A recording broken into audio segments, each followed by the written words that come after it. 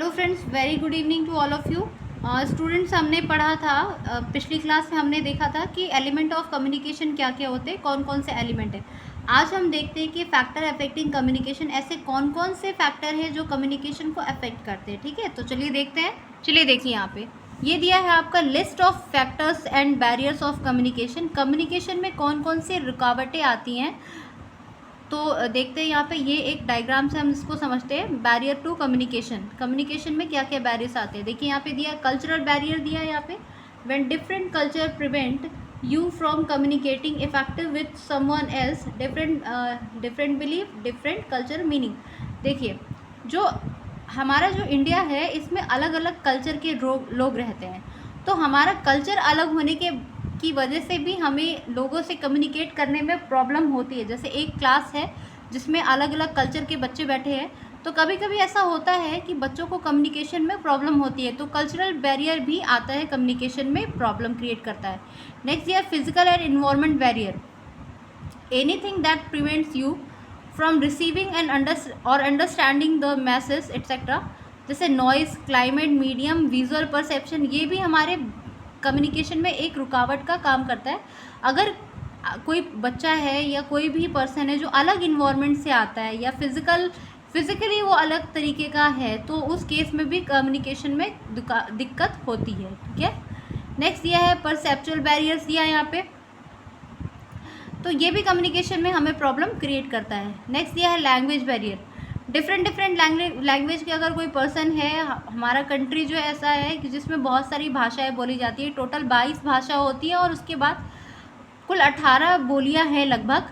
तो अगर अलग अलग लैंग्वेज है पर्सन की, तो वहाँ पे कम्युनिकेशन में भी प्रॉब्लम आती है। ठीक है, तो अगर आपका लैंग्वेज अलग है और सामने वाले का भी दूसरा लैंग्वेज है, तो भी कम्युनिकेशन में प्रॉब्लम आएगी। नेक्स्ट यह है emotional person barrier, emotional barriers भी होता है कुछ जैसे किसी की बात करें, एटीट्यूड होता है, फीलिंग होता है, मूड होता है।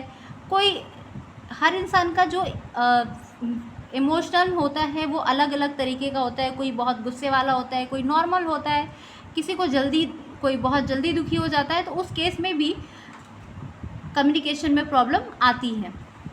नेक्स्ट यह है जेंडर बैरियर, जेंडर बैरियर भी आता है कि ये मैन वुमेन, मेल फीमेल का भी एक बायस देखा जाता है। कहा जाता है कि ये लड़की है, इसने ये बात कैसे बोल दी, लड़की ये नहीं बोल सकती है, ये लड़का है, ये नहीं कर सकता है। तो ये सारी चीज़ें जेंडर बायस भी आती है, कम्युनिकेशन में जेंडर बैरियर्स भी आता है। जैसे कभी कभी क्या होता है कि अगर स्टूडेंट्स को कोई क्वेश्चन किसी से पूछना होता है, चाहे वो अपने टीचर से पूछना हो या फिर अपने ही किसी फ्रेंड से पूछना हो, तो वहाँ पे भी आप देखते होंगे कि कुछ ऐसे बच्चे होते हैं जो अगर लड़का है तो वो लड़के से ही पूछेगा, वो किसी क्लास की गर्ल से पूछने में थोड़ा हेजिटेट करेगा। तो यहाँ पे कम्युनिकेशन बैरियर आती है। हालांकि ऐसा बैरियर नहीं आना चाहिए, जेंडर को लेकर के कम्युनिकेशन में गैप नहीं आना चाहिए।